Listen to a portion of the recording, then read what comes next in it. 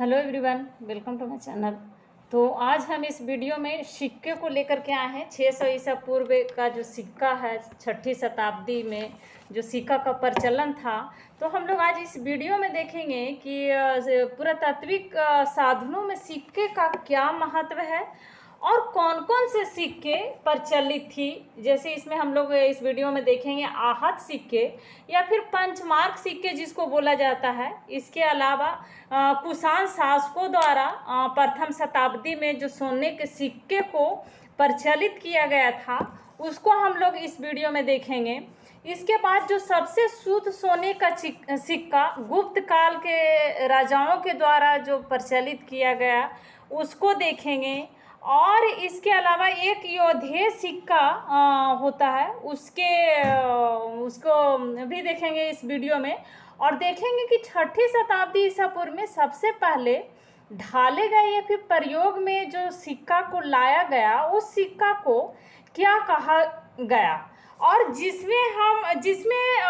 शास्त्र में सिक्के का अध्ययन किया गया उस अध्ययन को क्या कहा गया। तो इस वीडियो में आइए हम लोग देखते हैं कि सिक्का का महत्व पुरातत्वविदों को में जो हमारा साक्ष्य जो पुरातात्विक साक्ष्य मिला है, जैसे अभिलेख, महाशिलालेख और शिलालेख जैसे जो पुरातात्विक साक्ष्य मिला है, तो उसी के जैसा सिक्के का भी क्या महत्व है, हमें इतिहास को जानने में कितना जानकारी कितना महत्वपूर्ण स्थान रखता है सिक्का, तो इस वीडियो में देखते हैं।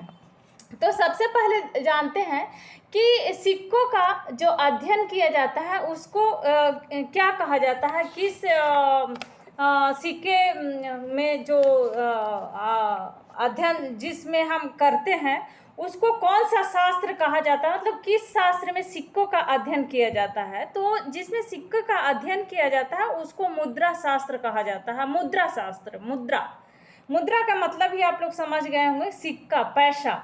तो मुद्रा शास्त्र इसको कहा जाता है जिसमें हम सिक्के का अध्ययन करते हैं। तो ये बहुत महत्वपूर्ण स्थान रखता है सिक्का पुरातात्विक साधनों में। जैसे कि अभिलेख एक महत्वपूर्ण स्थान रखता है, शिलालेख महत्वपूर्ण स्थान रखता है, उसी तरह से सिक्का भी महत्वपूर्ण स्थान रखता है पुरातात्विक साधनों में।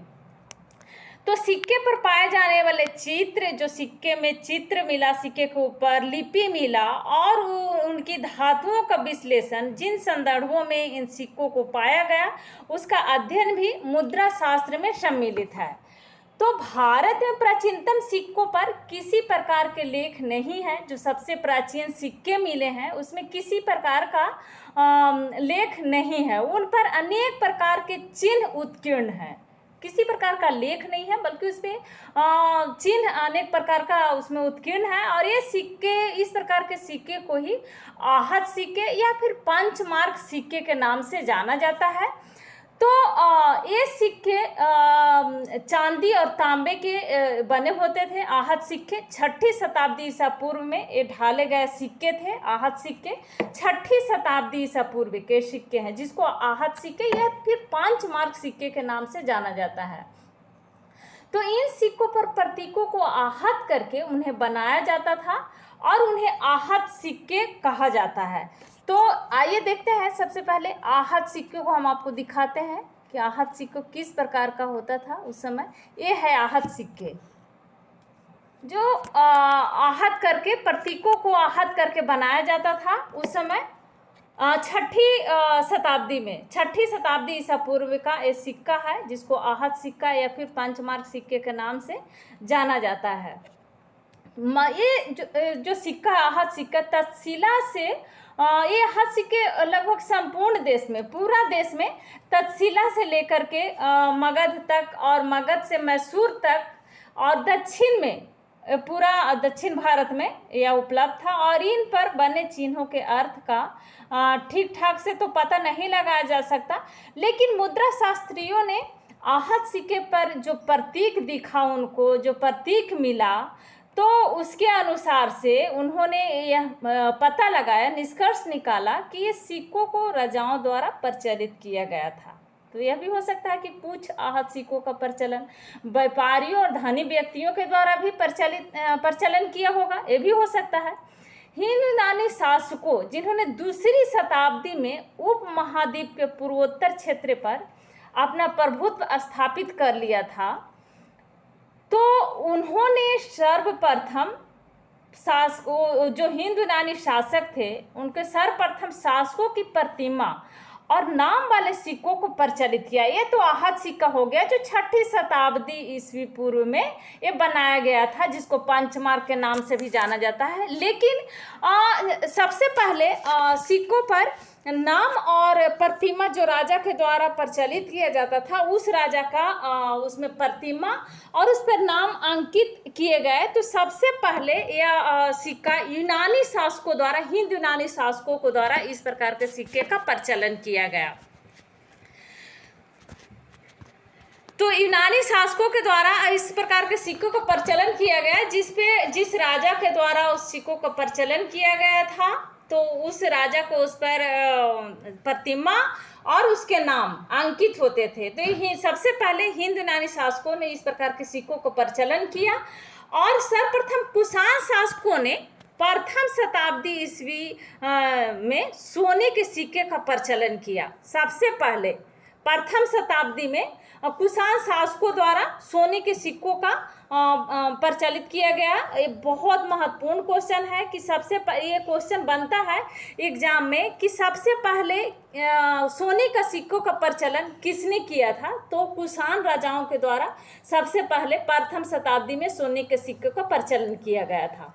आकार और वजन की दृष्टि से ये सिक्के समकालीन रोमन सम्राटों और ईरान के पर्शियन शासकों द्वारा प्रचलित किए गए सिक्कों के समान थे। उत्तर तथा मध्य भारत के अनेक पुरा स्थलों से ऐसे सिक्के बहुत ज़्यादा संख्या में मिला है, विशाल संख्या में देखने को मिला है। ये उत्तर और मध्य भारत के पूरा स्थल जहाँ से मिले हैं, उससे बहुत संख्या में इस प्रकार के सोने मिला है। तो इससे अनुमान लगाया जाता है कि इस प्रकार के सिक्के आखिर कैसे आया। तो इस प्रकार से अनुमान लगाया जाता है कि यहाँ से व्यापार होता होगा, कीमती वस्तुओं का विनिमय किया जाता होगा, तो तभी यहाँ पर इतना संख्या में इस प्रकार के सोने का सिक्के आया यहाँ पर।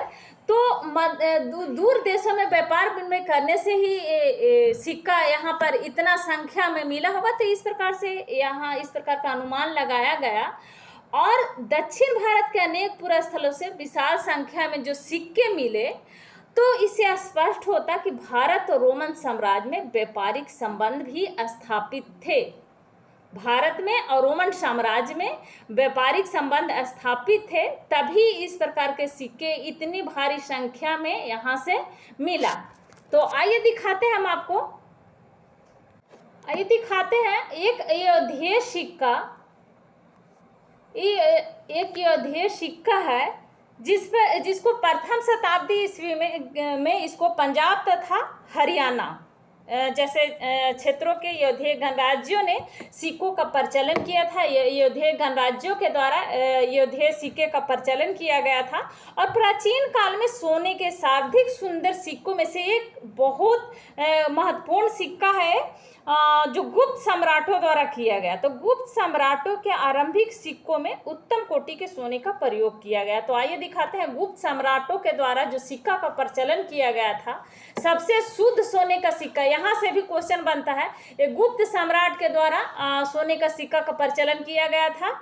तो इस सबसे शुद्ध सोने का सिक्का गुप्त सम्राटों के द्वारा गुप्त काल में इसको प्रचलन किया गया था। तो यहाँ से भी क्वेश्चन बनता है कि सबसे शुद्ध सोने का सिक्का का प्रचलन कब किया गया था। तो गुप्त काल में इसको सबसे शुद्ध सोने का सिक्का का प्रचलन किया गया था गुप्त शासकों के द्वारा। तो सोने के सिक्कों में जो गुप्त काल में गुप्त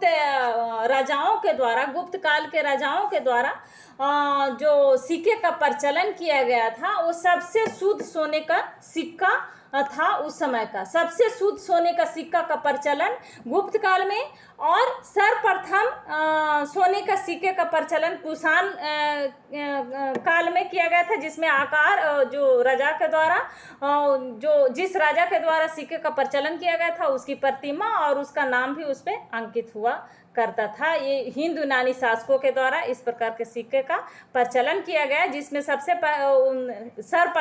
पहले हिंदू यूनानी शासकों के द्वारा वैसा सिक्का का प्रचलन किया गया। यहाँ पर ध्यान रखिएगा, हम बोल रहे हैं कि सबसे पहले हिंद यूनानी शासकों के द्वारा वैसे सिक्कों का प्रचलन किया गया जिसपे उस शासक का नाम, जिस शासक ने उस सिक्का का प्रचलन किया, उस शासकों के नाम और उसका प्रतिमा उस पे अंकित होता था। तो ये सबसे पहले हिंद यूनानी शासकों के द्वारा इस प्रकार के सिक्कों का प्रचलन किया गया। और सोने का सिक्के का सबसे पहले प्रचलन कुषाण राजाओं के द्वारा और सबसे शुद्ध सोने का सिक्के का प्रचलन गुप्त शासकों के द्वारा। ये तीनों बहुत ही महत्वपूर्ण पॉइंट है। और आहत सिक्के या पंचमार्क सिक्के वैसा सिक्का होता था जिसपे किसी प्रकार का लेख उत्कीर्ण नहीं होता था, जिस पर सिर्फ चित्त उत्कीर्ण होते थे, तो उसको आहत सिक्के या पंचमार्क सिक्के। ये तो 4 महत्वपूर्ण पॉइंट जो हमें अभी अभी बताया, बहुत ही महत्वपूर्ण पॉइंट है सिक्के को लेकर के, खास करके तो उसको ध्यान रखना बहुत जरूरी है। बाद में देखा गया कि 6ठी शताब्दी ईस्वी से सोने के सिक्के में कमी आने लगी और कुछ इतिहासकारों के विचारानुसार इस कमी का कारण, प्रमुख कारण इसको माना गया कि रोमन साम्राज्य के पतन के बाद जो दूरवर्ती इलाका था उसमें व्यापार में कमी आना ही इसका प्रमुख कारण था।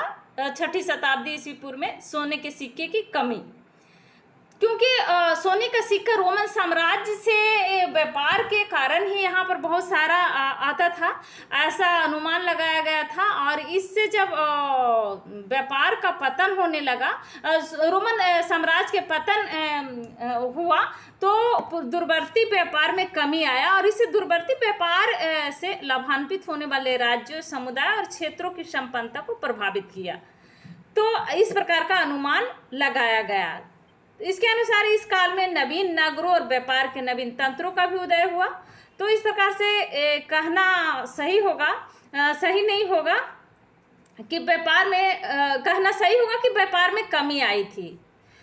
तो अब हम जानते हैं कि सिक्कों का महत्व क्यों था। ये जो सिक्का गुप्त काल में कुषाण राजाओं के द्वारा और हिंद यूनानी शासकों के द्वारा जो प्रचलन किया गया, तो इसका क्या महत्व है। तो जैसे कि पहले हमने बताया अभी कि प्रारंभिक सिक्कों पर तो कुछ प्रतीक मिले हैं जिसको, किंतु बाद में सिक्का पर राजाओं और देवताओं के नाम, तिथियां तथा चित्र भी मिलते हैं। अनेक राजवंशों के इतिहास का पुनर्निर्माण सिक्कों के कारण ही संभव हुआ और विशेष रूप से हिंद एवं शासकों को जो उत्तरी अफगानिस्तान से भारत आए। हिंद यूनानी शासक कहाँ से आए थे? उत्तरी अफगानिस्तान से भारत आए थे और उन्होंने ईसा पूर्व 2री और 1ली शताब्दी में यहाँ शासन किया। तो उनकी उपलब्धि और शासन व्यवस्था की जानकारी कहाँ से मिलती है? सिक्के से ही मिलती है हमें।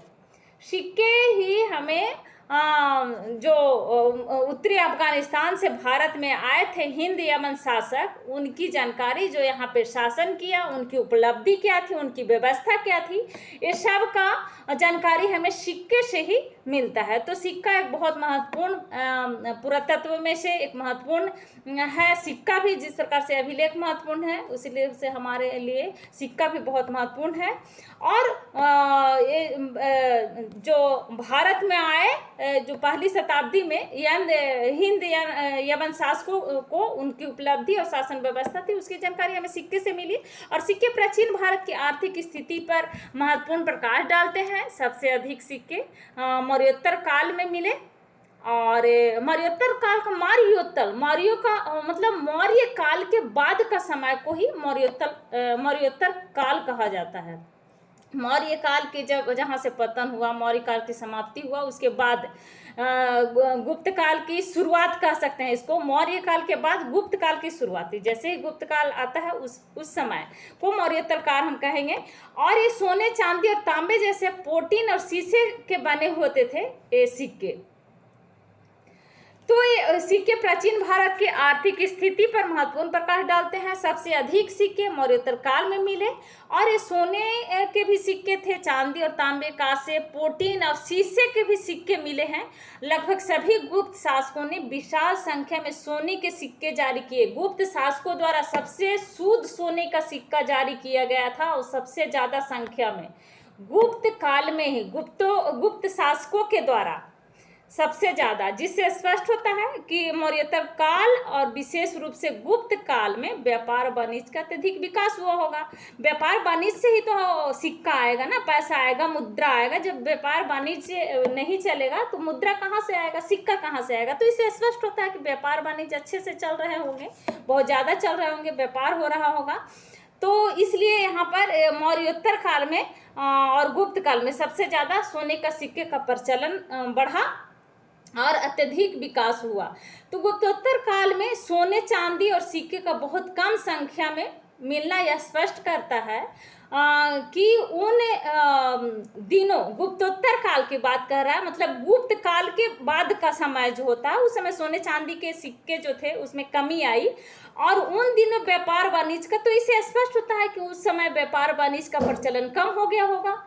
मौर्योत्तर काल में, माने मौर्य काल के समय के बाद का जो समय था उसमें सिक्कों का प्रचलन बहुत ज़्यादा बढ़ा। तो इसे पता चला कि उस समय व्यापार बहुत ज़्यादा होता होगा, व्यापार वाणिज्य का अत्यधिक विकास हुआ होगा। और यहाँ गुप्तोत्तर काल में जब सिक्कों की कमी देखने को मिला तो इससे पता चलता है कि व्यापार वाणिज्य पतन की ओर बढ़ने लगा था।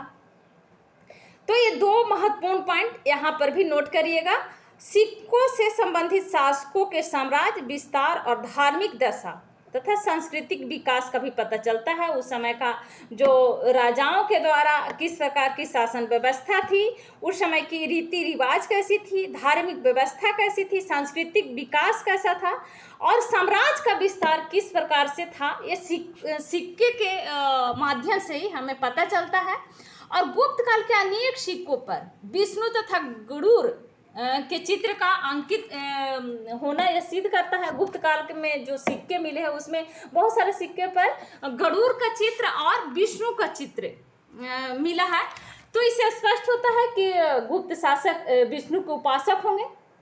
तो यहाँ से भी बहुत महत्वपूर्ण क्वेश्चन बनता है कि गुप्त शासक किसके उपासक थे, तो विष्णु के उपासक होंगे। इसी से पता चलता है क्योंकि सिक्कों पर गरुड़ का और विष्णु का जो चित्र मिला है, तो इससे स्पष्ट होता है कि गुप्त शासक विष्णु के उपासक होंगे। इसके अलावा समुद्रगुप्त की समुद्रगुप्त बीना बजाता था और बीना बजाने में उसको रुचि था। तो समुद्रगुप्त के बीना अंकित मुद्राएं उसके संगीत प्रेमी होने का प्रमाण है। बीना बजाते हुए समुद्रगुप्त का सिक्के पर उसका चित्र को अंकित चित्र दिखा। इस प्रकार के सिक्के भी मिले हैं। तो इससे स्पष्ट हो जाता है कि समुद्रगुप्त जो था वो बहुत ही संगीत प्रेमी हुआ होगा, संगीत प्रेमी होगा, तभी इस प्रकार के प्रमाण मिले हैं सिक्के पर। तो इस प्रकार उसकी अश्वमेघ प्रकर में अंकित मुद्राओं से पता चलता है कि उसे उस समय उसने समुद्रगुप्त ने अश्वमेघ यज्ञ करवाया होगा। और चंद्रगुप्त विक्रमादित्य के काल में, विक्रमादित्य जिसके शासन काल में चीनी यात्री फुहान भारत आया था, तो चंद्रगुप्त विक्रमादित्य के चांदी के सिक्के से स्पष्ट होता है कि उसने शकों को पराजित किया था। तो यहाँ से भी क्वेश्चन बनते हैं कि शकों के पराजित किसने किया था। शकों को जो शक थे उनको पराजित किसने किया था, तो चंद्रगुप्त द्वितीय विक्रमादित्य ने शक को पराजित किया था। तो क्योंकि उस समय चांदी के सिक्के केवल पश्चिमी भारत में चलते थे, तो इससे स्पष्ट होता है कि शक जो थे वो शक को पराजित किया था किसने, विक्रमादित्य ने, चंद्रगुप्त विक्रमादित्य ने। तो गुप्तकालीन सिक्के बहुत कलात्मक है और इससे शासक वर्ग की साहित्य और कला में रुचि की स्पष्ट झलक मिलती है गुप्त काल के सिक्के से ही। और कुषाणों के सिक्कों पर अनेक ईरानी और यूनानी देवी देवताओं को अतिरिक्त अनेक भारतीय देवी देवताओं के चित्र भी अंकित है। जैसे बीम कट फिशेस के सिक्कों पर बैल के पार्श्व के खड़े शिव का चित्र अंकित है, बीम कट फिशेस के सिक्के पर। और इससे स्पष्ट हो जाता है कि कुषाण शासक प्रारंभ से ही भारतीय प्रभाव से प्रभावित थे, क्योंकि भारतीय वहाँ जो बीम कट फिशेस के जो सिक्के मिले हैं उसके द्वारा जो प्रचलित सिक्के थे उसमें बैल के पार्श्व के खड़े शिव का चित्र अंकित है। तो इससे स्पष्ट हो जाता है कि भारतीय प्रभाव से कुषाण शासक प्रभावित थे। बीम कट फिशेस कुषाण शासक था, कुषाण वंश का शासक था।